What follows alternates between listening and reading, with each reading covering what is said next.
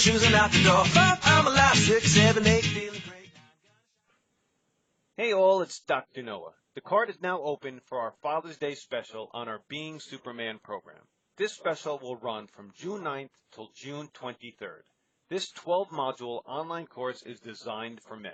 Physical, emotional, and chemical nutritional strategies to live your best life. In honor of fathers everywhere, enjoy the entire program for only $97 with the code FATHER2019. Yes, it's case sensitive, so it's capital F, capital A, capital T, capital H, capital E, capital R, 2019. The link will be in the show notes, or you can go directly to our website at www.beyondyourwildestgenes.com to take advantage of this incredible offer. Happy Father's Day and enjoy the upcoming podcast. Hello, BYWG Tribe. This is Dr. Noah. We wanted to make you aware of our carefully selected book, product, and supplement of the month for June 2019. Keep in mind, all the links, discount codes, and special offers for the product and book and supplement will be listed in the show notes and iTunes, posted on social media, in our weekly newsletter, and on our website at www.beyondyourwildestgenes.com at the Listen Now tab. So let's start here first with free bacon for life. We've been a huge fan of ButcherBox for years. In fact, you can listen to me interview the CEO, Mike Salguero, in the podcast archives. Personally, I look forward to my box of grass-fed meats every month. I get the beef, pork, chicken combo box and regularly take care of their specials. So here are the two different specials. From June 1st to June 11th, using the code www.butcherbox.com/beyondyourwildestgenes/ for new customers only, you are eligible for free shipping, free bacon, and $20 off your first box. From June 12th till July 7th, ButcherBox has created an incredible special offer for our listeners who are new to ButcherBox. Free bacon for life. The link to take advantage of this awesome offer is below. That's right. So every new customer, for every box you get every month or every other month, you'll get free bacon. We love grass-fed beef, organic chicken, wild-caught fish, and heritage pork, especially in the form of bacon. Our supplement of the month is BYWG's Digestive Boost. Digestive Boost is a formulation of specially selected enzymes and supportive nutrients to help the user break down their food and enhance absorption of key nutrients they need from their diet. As mentioned, our doctor-selected enzyme blend in Digestive Boost is uniquely designed to help with gluten and dairy, which many find very difficult to break down effectively and efficiently. The secret sauce to this blend is the DPP4 enzyme. As mentioned, for the entire month of June, if you use this code, capital D, capital I, capital G, capital B, capital O, capital S, capital T, 10. Yes, it's case sensitive. You will receive 10% off this incredible digestive aid. You can pick it up at our office at www.beyondyourwildestgenes.com, or if you're local, you can pick it up at the office and just mention the special code. Our book of the month is Chasing Cupcakes, How One Broke Fat Girl Transformed Her Life by Elizabeth Benton. It was a great read. You can listen to me interview Elizabeth on the BYWG podcast in the month of June. The link to purchase this book will be in the show notes. Be awesome and never unawesome, and enjoy the upcoming podcast.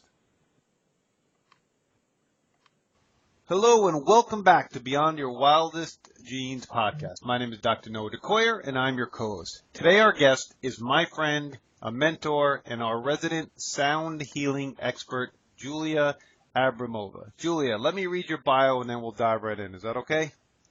All right. So Julia is the founder of Jyoti Yoga and Healing and a Reiki master. As an executive, Julia always looking to find inner balance and peace. Thus began her yoga career in 2007, which led to becoming a certified yoga teacher in 2012. Soon after beginning her yoga teaching career, Julia realized that there was a need to work with students on a more individual basis in order to help them find peace and balance within their bodies. This desire to help led to further studies in prenatal yoga, I'm going to butcher these, Julia, so just bear with me, the Kaivalya yoga method and Prema yoga therapy program. Julia graduated from an advanced yoga teacher training at Pure Yoga, as well as established herself as a certified yoga therapist through the International Association of Yoga Therapists. Julia's passion for learning natural healing practices brought her to Kerala Ayurveda Academy, where she completed Ayurvedic Wellness Counselor program towards completion of their Ayurvedic Wellness Practitioner program. Along with learning about inner workings of the mind-body-spirit connection through yoga and Ayurveda, she always had a strong connection with healing energy. She would go on to become a Reiki master in the Usai lineage and certified sound healing practitioner and teacher through the Atma Bhuti International Sound and Vibrational School. I tried, Julia, trust me, I tried to get these words right, and I knew I'd screw them up a little bit, but you can help me. That's okay. Through the interview, you could help me with these. Julia strongly believed that we are all capable of healing ourselves. Through her dedication to her students and a holistic approach, Julia serves as a catalyst that ignites the healing fire within. To learn more, please visit www.jyotiyogahealing.com. That's JYOTIYOGAHEALING.com. Wolf, those are tough words. But an important bio because it just shows our audience how much training and how much passion you have for what you do.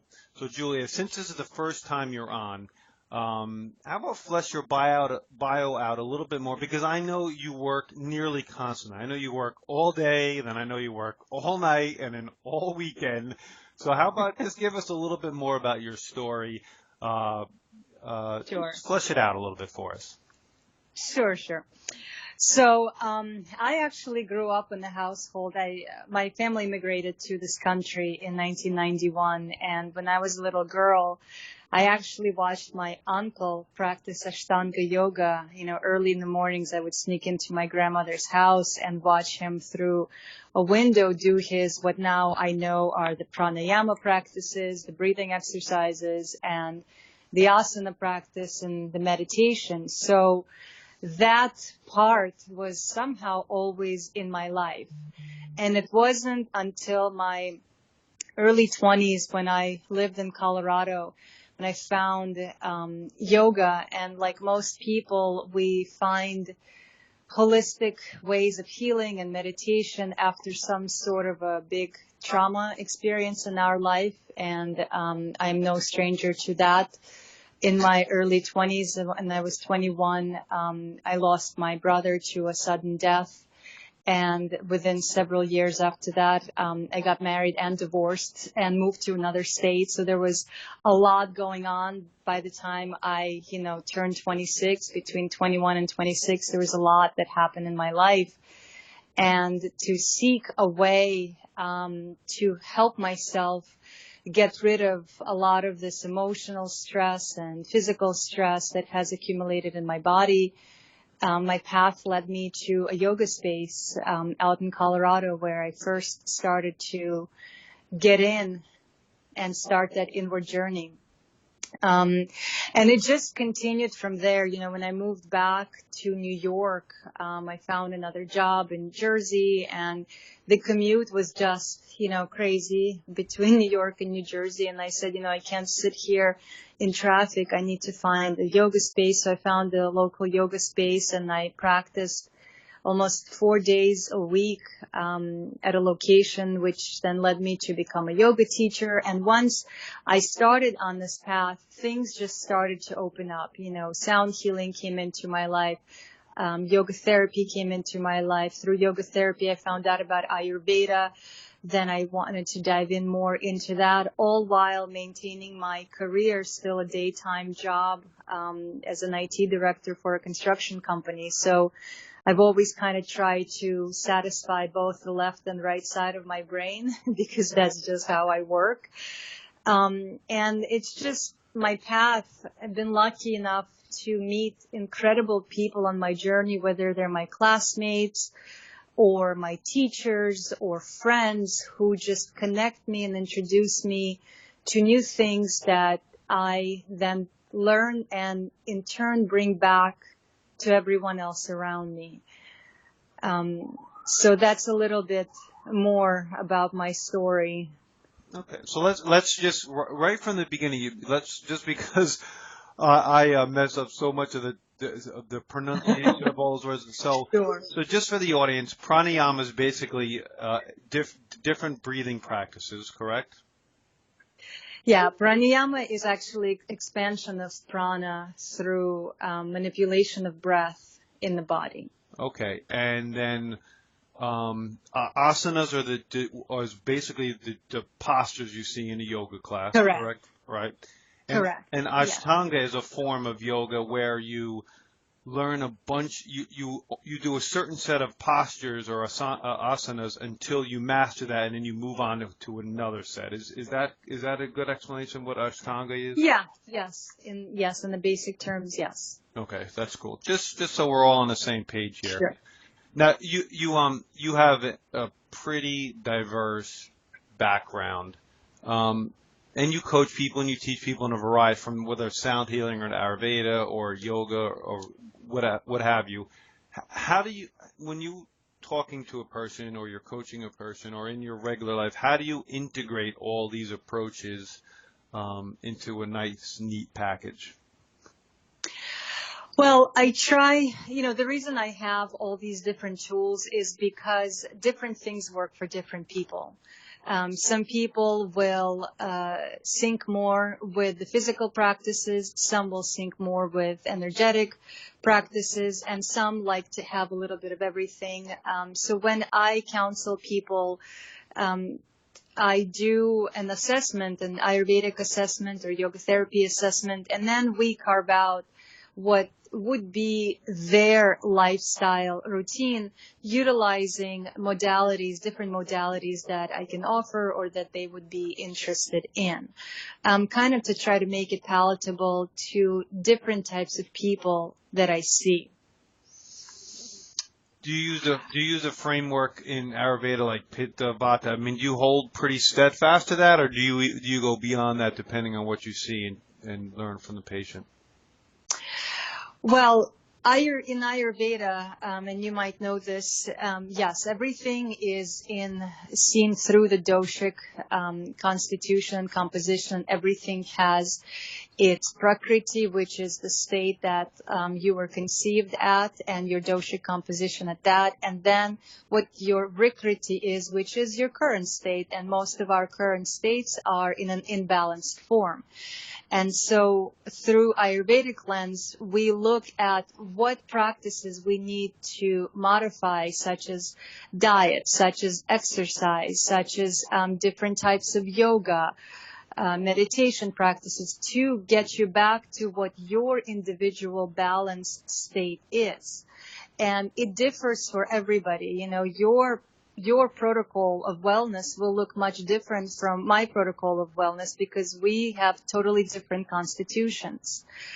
And so I look through all of these lenses, and then utilizing whatever tools I have at hand, I design a wellness program that will fit the needs of the client to bring them back into their balanced state.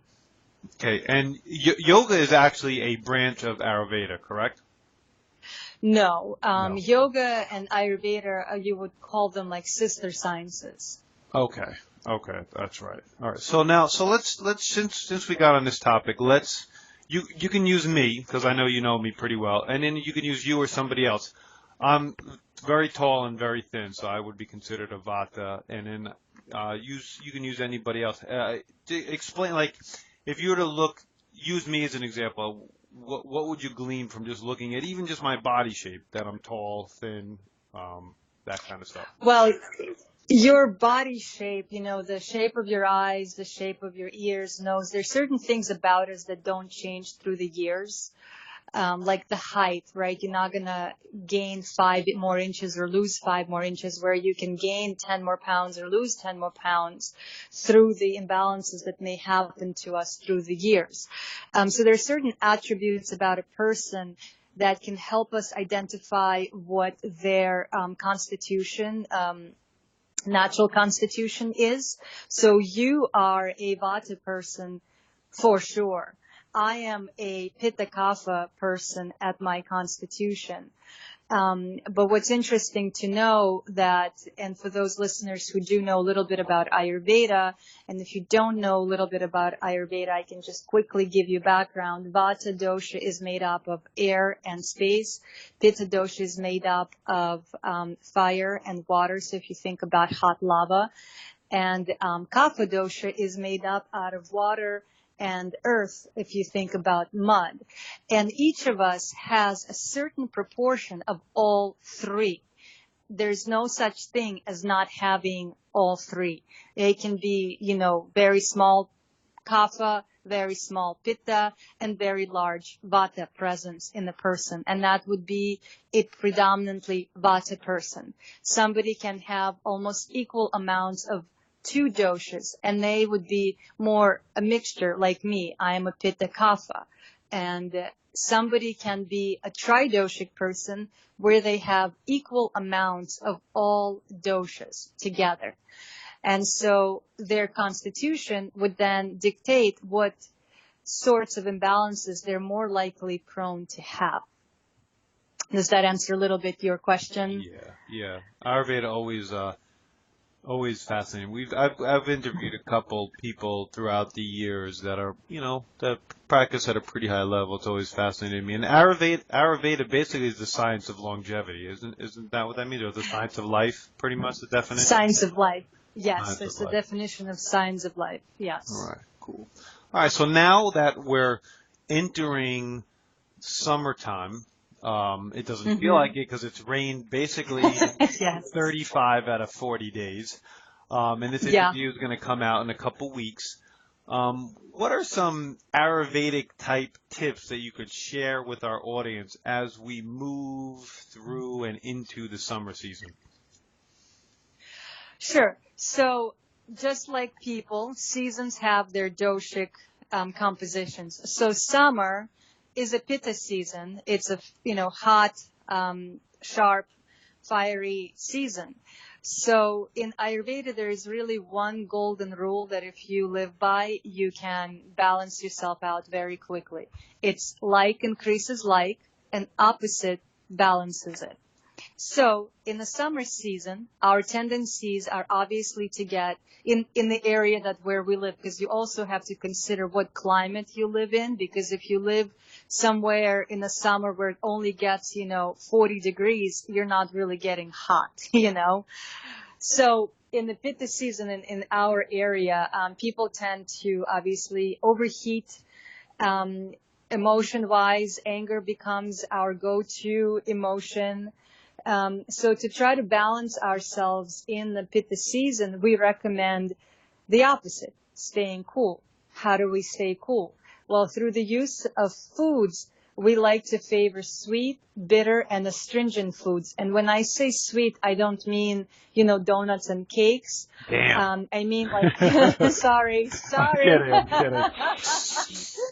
But I mean like sweet mangoes, and fruits that are sweet in nature.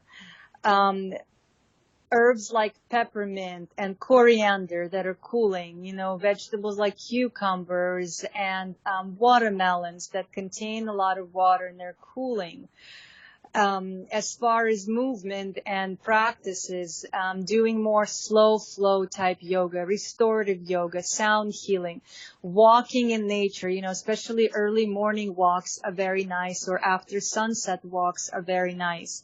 Trying to be like surrounded by greenery. If you can walk barefoot in your backyard or bury your feet in sand or just earth and just really connect to the cooling aspects of nature during these months, it will help you find more balance. Yeah, that reminds me of even just some basic macrobiotic principles, or even just the paleo type principles that, the summertime is the time when, if there's any time when you should be eating fruit, it's the summer. And not so much the rest of the year, because most fruits are prevalent in the summer. They are more cooling. They are 90% water, or 70 to 95% water. So, that totally makes sense. Now, what about... And if you... I'm sorry. You Well, can go. I was just gonna say, and if you really think about it, in the countries where you don't import fruit from all over the world, fruit is really only prevalent in the summertime and very early fall, which is the pitta season. Where I grew up, we had to can our fruits and make jams and stuff because we couldn't buy strawberries in January, right? You ate when they were fresh, you ate when they grew, and that was it. And so because we have such abundance of everything here in the United States, we sometimes forget when the natural time is for those fruits and vegetables because we're so used to being able to buy it any time we want to. Yeah. I have a lot of fruit trees and I grow a lot of fruit, and, the figs and the persimmons and pawpaws, they're like the last thing. They come right at the end of the summer, right into the fall, and then that's it. Strawberries and cherries are in the beginning, and then you get a little bit of blackberries, and then you get the apples, and that's it. And they don't exist anymore. That's it. Exactly. So I mean, it's pretty interesting. Just because so many people suffer so badly from like seasonal allergies. Any Ayurvedic tips for people that really suffer badly from seasonal allergies? There's some, things that you can do. One of the things to try to do is Nausea, which is putting oil in your nostrils. And you can buy medicated oils like from places like Banyan Botanicals. It's just called Nausea oil. Or you can simply just take cold pressed sesame oil and put a few drops each morning into your nose. You can also use a little bit of saline solution to wash out your nose with a neti pot. But if you're doing that, try not to do it every day because it can over dry your nose. And if you're doing Nausea, do Nausea one day and do the neti pot the next. Don't do both of them at the same time. Yeah, when you say, for someone who hasn't heard that before or experienced that, it sounds kind of like weird to be placing oil in your nose. But I'll tell you, I buy it from Banyan Herb and I do Nausea oil, and it's great. It's very comfortable and it's definitely very, very helpful, for sure. Great. Yeah, and if something like medicated oils, because they have lots of different herbs in them, might be a little bit scary or not unapproachable. Like I said, if you get organic cold pressed sesame oil, you cook on this oil. So whatever you can cook, you can put in your nose, and it's just, it's natural. So you'll be okay. Yeah, I agree. Now, our mutual friend Heather introduced us many, many years ago. You were the impetus for me to start my yoga journey, and coming in June, it'll be 5 years, Julie. Could you imagine? I've been practicing 5 years. Wow. Right? Wow. Congratulations. Yeah. And, you've conducted probably 15 to 20 or maybe more sound healing concerts at our wellness facility in Bayonne, with Dr. Mike and me and Charlie and Maris. And so I have a lot of questions regarding that, and I'll just list a bunch of them, and then you could talk for as long as you like. So what is sound healing? A Himalayan, Tibetan, that's, there's some differences, or what are those, what does that nomenclature mean? How does sound heal? What is sound healing? What is your method? And for people who want to experience sound healing, what should they be looking for? Sure. All right. So we'll take, one step at a time. Yep. So, what is sound healing, right? Or how does sound heal? So everything in our world or in the universe is a vibration, right? We vibrate at all different frequencies. Sound is exactly that. It's a vibration. And so if we think of ourselves as a vibrating being, we're just like an instrument, right, that gets out of tune because of stress, because of, poor eating habits, negative thoughts, or whatever else that, just tunes us out. And so we use sounds that are harmonious, that are not dissonant, that come from nature to help ourselves retune. So sounds like Himalayan singing bowls, sounds like gongs, nature sounds like birds and waves of the ocean, whatever it is that's harmonious and helps us tune back into the frequency of our natural, state. What I am part of is Atmabhuti method of sound healing, and I met my teacher part of that crazy journey that, through one person you meet the next person, you meet the next. Over 5-6 years ago now, I met my teacher, Suren Shrestha, who lives in Boulder, and how crazy. I lived in Colorado, 30 minutes from where he teaches for 7 years, and never met him there until I moved back to New York and traveled like halfway across the world to find out about him. But that's probably a whole other hour of conversation. So we, after studying with him, I have learned specific techniques to use the Himalayan singing bowls to help a person to invoke the parasympathetic nervous system response, because that's what we're trying to do. We're trying to get a person to relax and to get into the rest and digest mode versus being in the fight or flight mode that we're constantly in day to day, where the body can get in its own natural state of healing and releasing and rejuvenating. The singing bowl method is not the only medium. There are gongs, there are different kinds of singing bowls. There are crystal singing bowls. There's Himalayan singing bowls, which are multi-metal bowls. And it just depends on what you resonate with. I resonate more with the Himalayan singing bowls because of the multi-metals that the bowls are made out of. They have really beautiful harmonics within each bowl.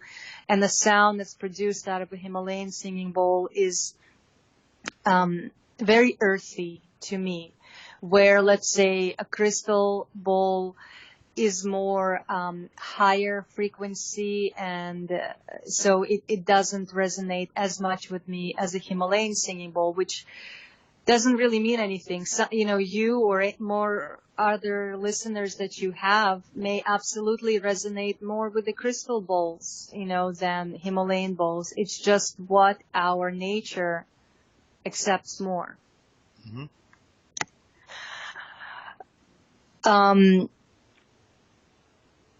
I'm sorry, what was the one of the other questions? I think you answered most of them. I'll ask it again, this question, but I think you just answered it. For people listening, if they want to experience sound healing, what should they be looking for?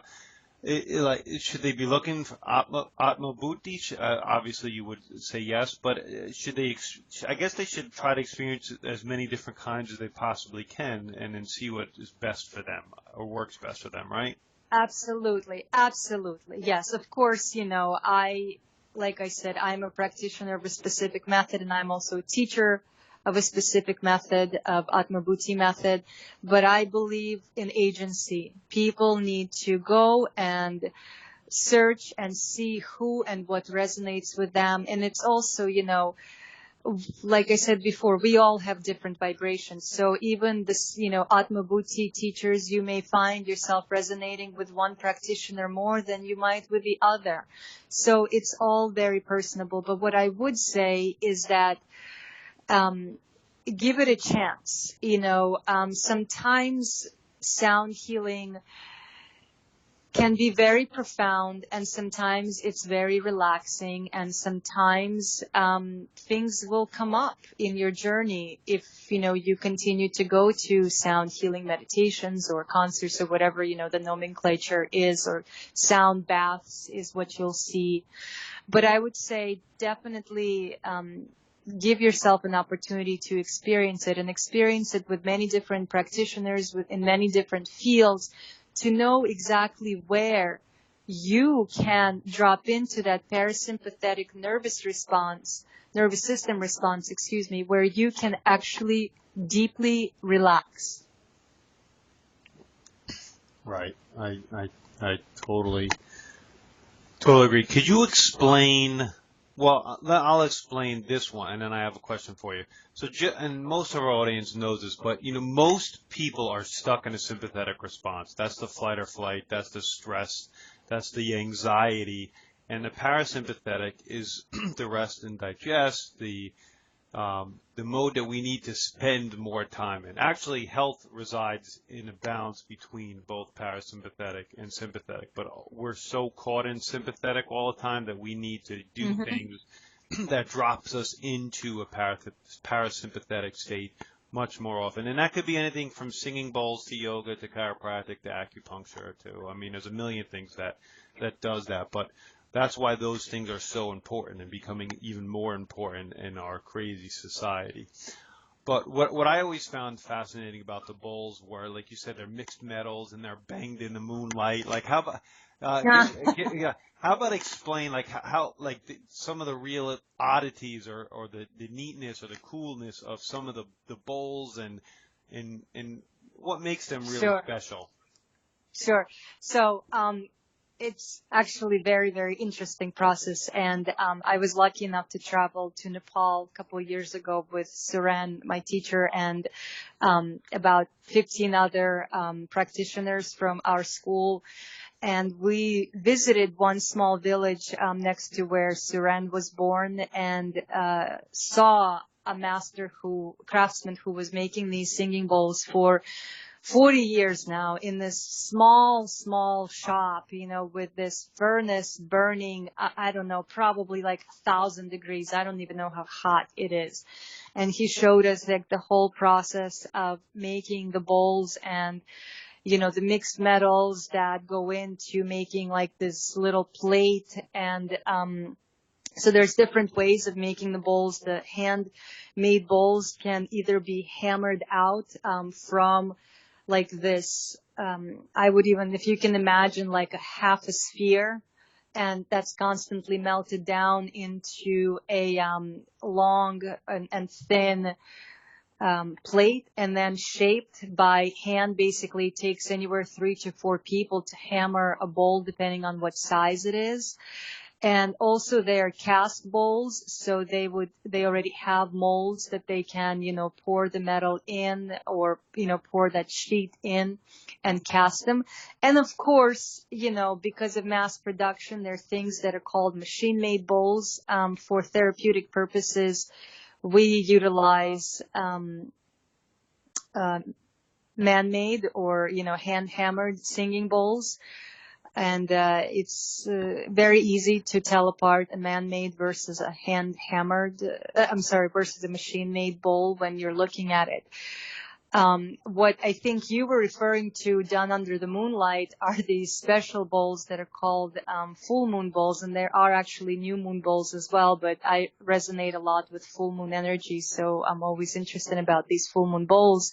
And full moon bowls are made only on full moon nights when the moon is unobstructed. And I think many of my participants in sound healing concerts heard the story. So if you're listening in, sorry, I'm going to have to repeat it again. But so when we were out in Nepal, we were so excited because it was full moon and we thought we were going to see the special puja, or the special ceremony that they do, and the prayer and all of this that goes around these full moon bowls. And of course, it was a lunar eclipse and none of that could have happened. And it was so special because, I was actually happy that we didn't even see a pretend because it showed the authenticity of this craft and that this is really something special for them, the creation of full moon bowls.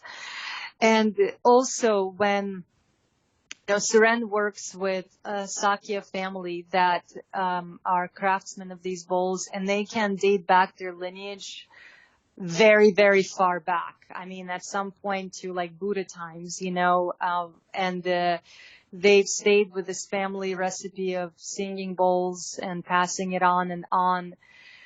And it's very special to know where the bowls are coming from, the families that you're supporting, the people that you're supporting, and just have that intimate relationship with the makers. You know exactly who produced your bowls. And so part of the production is also chanting a mantra while they're making these bowls. And the mantra that they chant, and mantra is a prayer or a chant, I guess you can translate that, is Om Mani Padme Hum, which is a Buddhist prayer. And it's a prayer, in English translation from Sanskrit, it basically means the jewels in the lotus. And, English words many times fail Sanskrit words, so it's hard to translate things. But it's a prayer of compassion and of purity. And it's said that the teachings of Buddha are encoded in this Om Mani Padme Hum chant. And so the intention is already there, that's put in just from the beginning of the making process for these bowls to carry this special energy about them. That's cool. Yeah. You the more and more you learn about things, attention, you find out how important intention is for certain. Absolutely. Intention is a big, big part of sound healing practices. Without intention, it's nothing. Anything that we do without intention is just mindless stuff. But if we put our intention in, even when you drink a cup of water and you put intention that this is a special blessed water, this is water with good positive vibrations, you infuse, your own water, your own food with your own positive intentions. Yeah, and that might sound strange, but that's been scientifically proven. So, I forget the name of the book. In the 60s or 70s, that book came out. If you're angry around water, it'll change its crystalline structure. If you're happy around water. Isn't it Dr. Emoto, or I you're may close. butcher his name? I think you're right. Yes, but it's the. I don't know, but that's been known for a very long time, so it's pretty fascinating. And we're all water anyway, so it's really, really neat stuff. And that's actually exactly why, sound healing is so powerful on the human being, because we are mostly water. And so if we all remember back from our physics classes that we also hated so much, how the vibration of sound can move through water, and water is a very great medium for a sound wave to move through. And so that's why when we put a singing bowl on your body, or even we don't have to put a singing bowl on your body, you will feel it viscerally, like you will feel the vibration in your body. Yeah, the study of water itself is so fascinating. We know that water can be gas, it could be frozen, it could be liquid, but there's the fourth stage of water, which is basically a structured form of water that's so important for our biology, and you can create that a variety of different ways, by putting salt in your water, by spinning your water, by vibrating your water. It's really, really, really fascinating. And there's, oh boy, I can go on and on with water. The water that is babbling down the stream has different energy than the water that comes through your pipes that are all right-hand corners. Yes. It's fascinating stuff. Yep. All right, so last few questions, Julia, and I've been asking this question for almost 2, maybe 3 years to all my podcast interviews. From waking to sleeping, what is your basic routine? It's very long. Well, so every day I bookend shelf it, however you want to call it, my day with gratitude. So before I even get out of bed or even open my eyes, right, like as I wake up, I say a prayer of gratitude, and I'm thankful for everything that I have in my life and for everything that I don't have in my life.